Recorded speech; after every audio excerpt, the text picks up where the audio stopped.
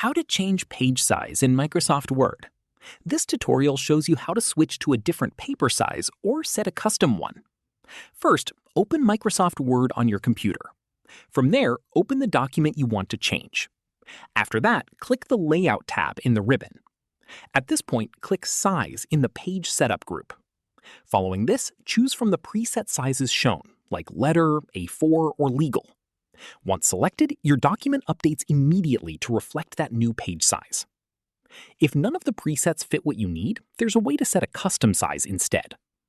At this stage, click Size again. Following this, click More Paper Sizes at the bottom of that dropdown. From here, enter your specific width and height under the Paper tab. At this stage, click OK to apply it. Once applied, your document resizes to those exact dimensions instead of a standard preset. That's how you change page size in Microsoft Word. If this helped, drop a like, subscribe for more tutorials, and hit the bell so you don't miss the next one. Catch you then!